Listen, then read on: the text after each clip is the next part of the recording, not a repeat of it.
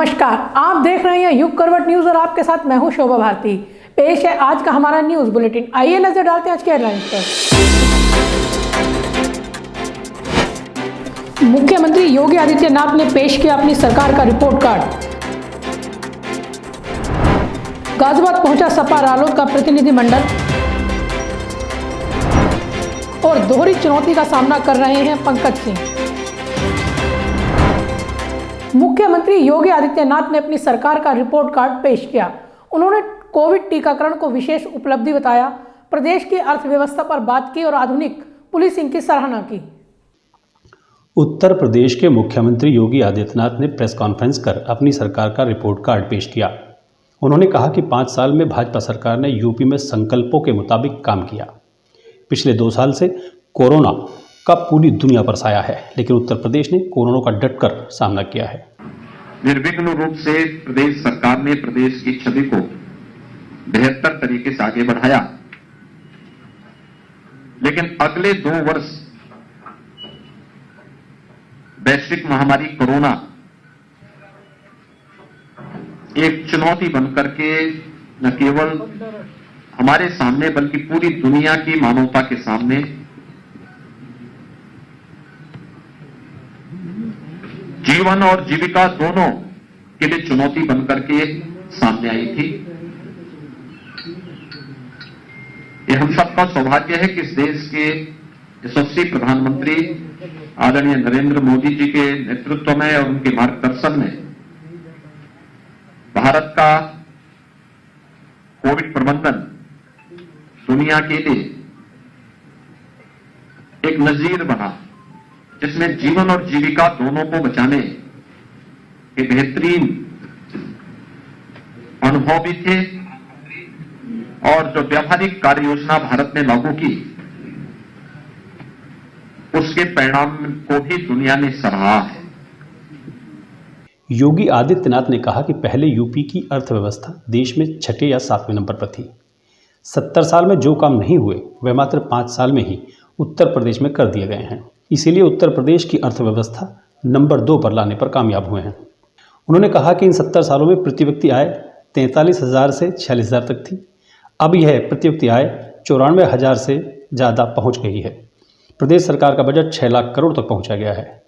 Ease of doing में प्रदेश दूसरे स्थान पर आया है। इस दौरान यूपी में योगी है उपयोगी गीत को लॉन्च किया गया। योगी ने कहा कि प्रदेश के कोरोना प्रबंधन को दुनिया ने सराहा है। उत्तर प्रदेश की 100% आबादी को वैक्सीन की पहली डोज लग गई है। 70% से अधिक लोगों को दूसरी डोज लग गई है। 15,38,992 लोगों को बूस्टर डोज लगी है। 15 से 17 वर्ष की आयु के 1 करोड़ से अधिक लोगों को डोज लग चुकी है। 18 वर्ष से उम्र के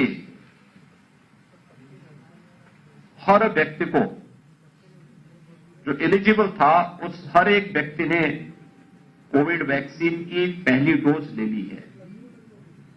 यानी 100% आच्छादित करने वाला देश की सबसे बड़ी आबादी का यह राज्य है।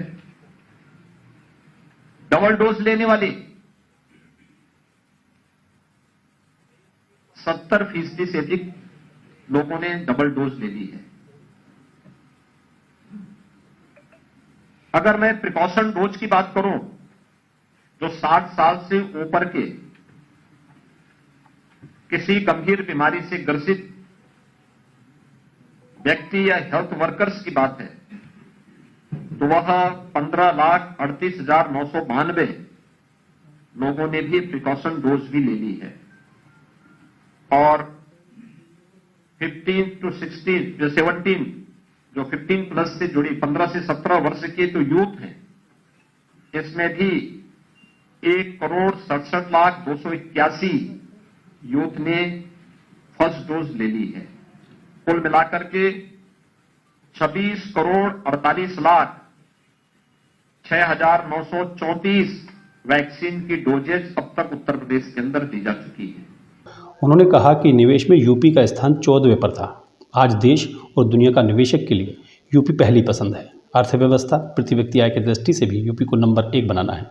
इसके लिए सरकार रोडमैप तैयार कर रही है। उन्होंने कहा कि यूपी पुलिस में 1.5 लाख की भर्ती पारदर्शी तरीके से की गई है। 46,000 पुलिसकर्मियों को पदोन्नति दी गई है। महिला पुलिस की संख्या 3 गुना कर दी गई है। महिला सुरक्षा का सशक्त नमूना प्रस्तुत कर रही है। यूपी पहला राज्य है जिसमें महिला पुलिस बीट की व्यवस्था की गई है।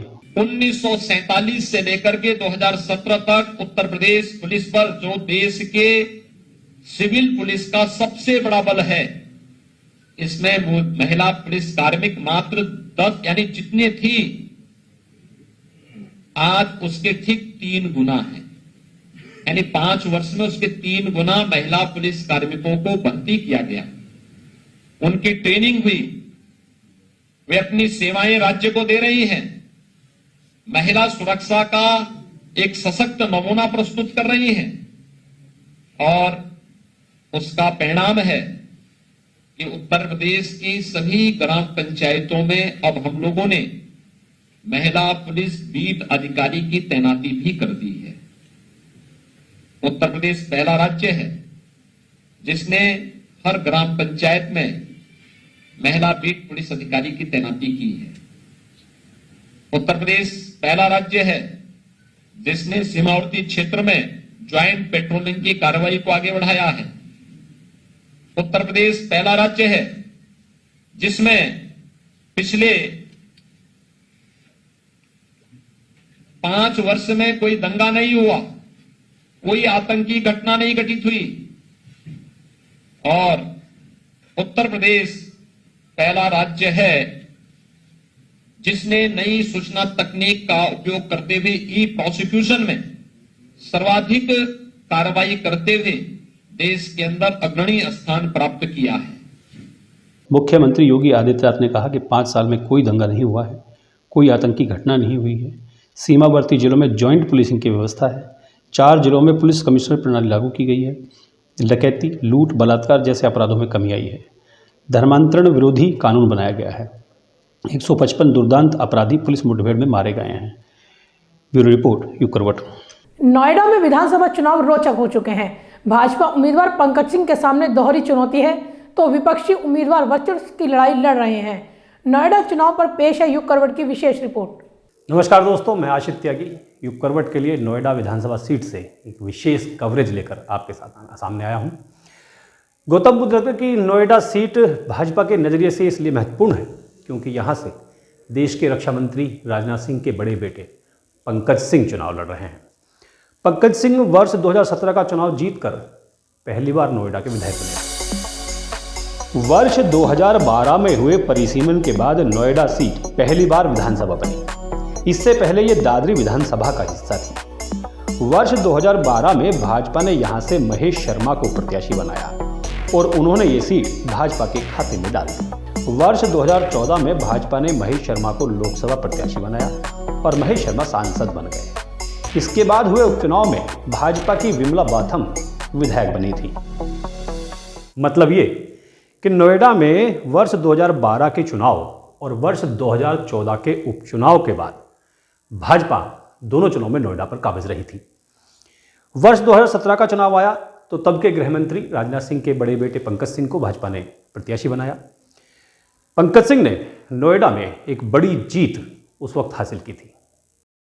वर्ष 2017 के चुनाव में पंकज सिंह को कुल पड़े मतों का 67% मिला था। पंकज सिंह को 1,62,000 और 417 वोट मिले थे।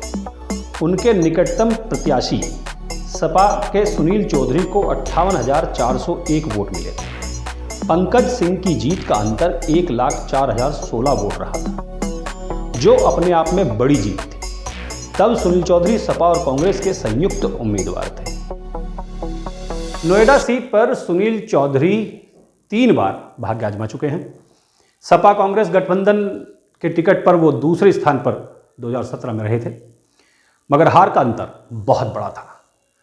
उनका मूल वोट बैंक यादव रहा है, मगर इस बार कांग्रेस की पंखुड़ी पाठक यादव वोट बैंक में सेंध लगाने का प्रयास कर रही हैं। पंखुड़ी खुद तो ब्राह्मण हैं, लेकिन उनके पति अनिल यादव जाति से हैं। नोएडा से इस बार कांग्रेस ने पंखुड़ी पाठक को प्रत्याशी बनाया है। पंखुड़ी खुद तो ब्राह्मण है, मगर शादी उन्होंने यादव परिवार में की है।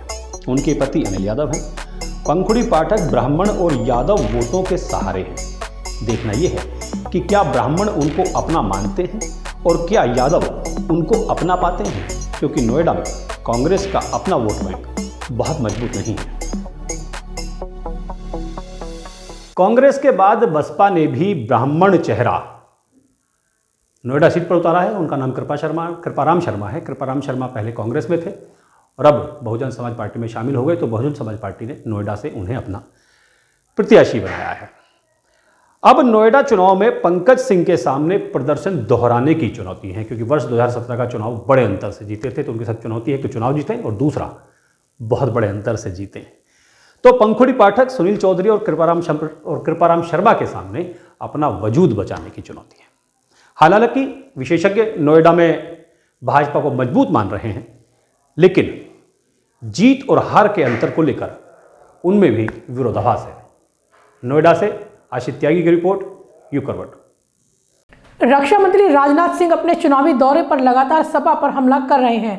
उन्होंने कहा कि ऐसा क्यों है, जब भी सपा की सरकार बनती है तो प्रदेश में गुंडागर्दी बढ़ जाती है। मैं समाजवादी पार्टी के लोगों से पूछना चाहता हूं, क्या कारण है जब भी आपकी हुकूमत आती है राज्य में गुंडागर्दी बढ़ जाती है? क्या कारण है कि जब आपकी सरकार बनती है दंगे होते हैं?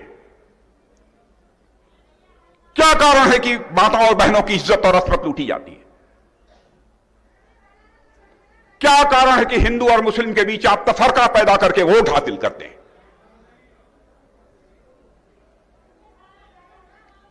राजनीति क्या जात, पंथ और मजहब के आधार पर की जानी चाहिए?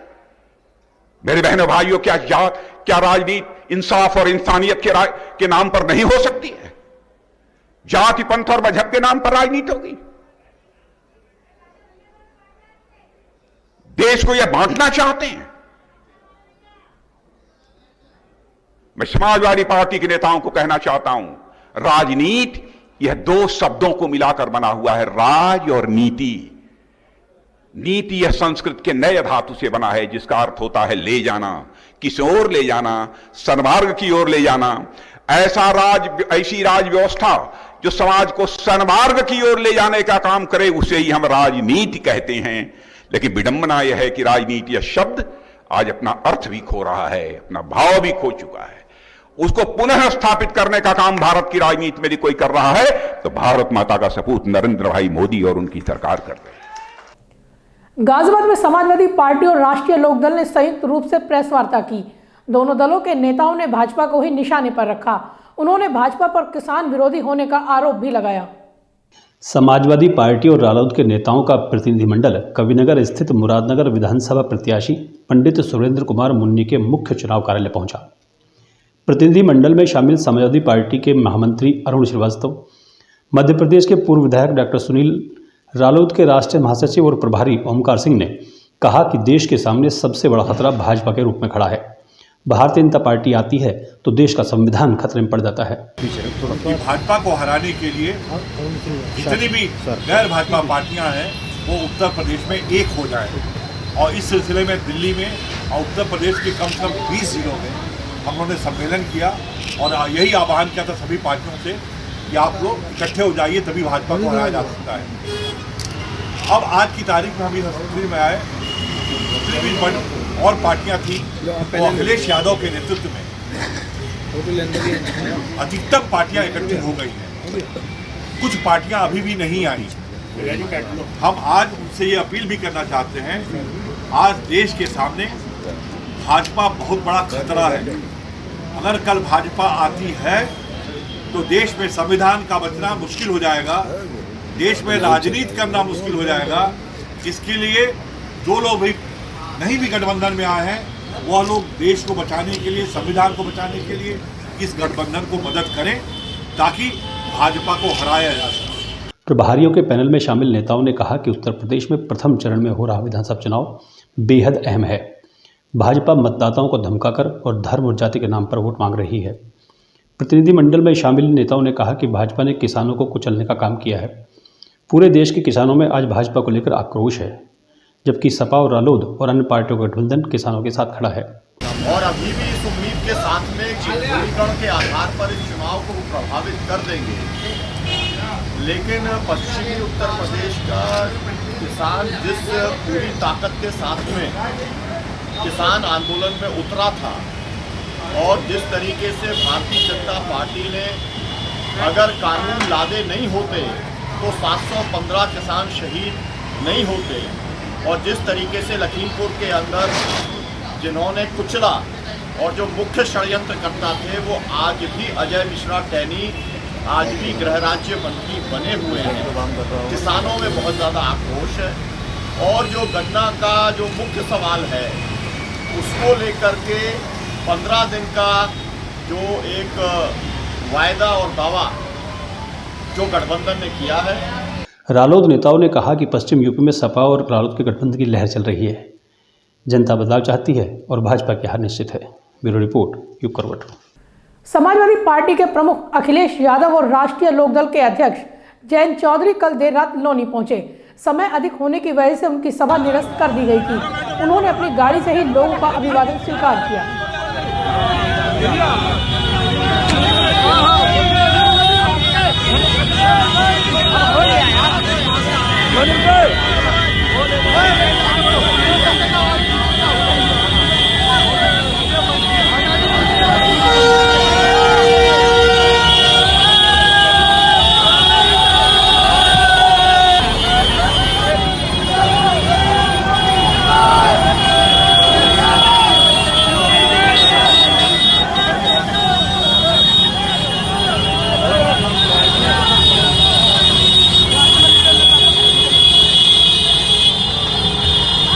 साहिबाबाद में प्रदीप वर्मा नाम के एक व्यक्ति की गोली मारकर हत्या कर दी गई।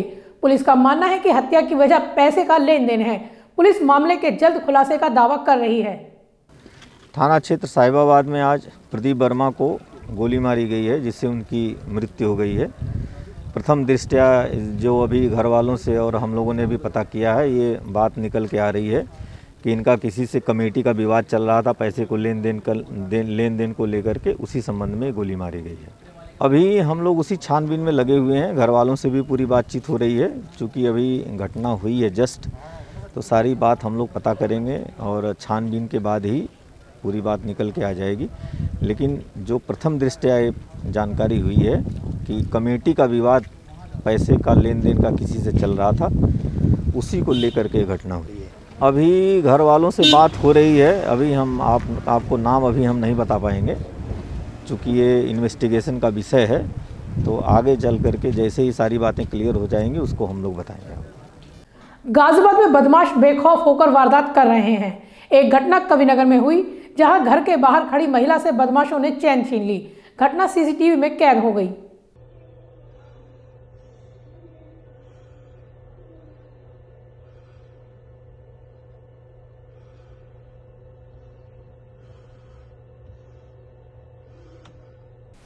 तो फिलहाल आज के लिए इतना ही। गाजियाबाद और आसपास की खबरों के लिए देखते रहिए युग करवट और विस्तार से खबरों को जानने के लिए पढ़िए युग करवट न्यूज़पेपर।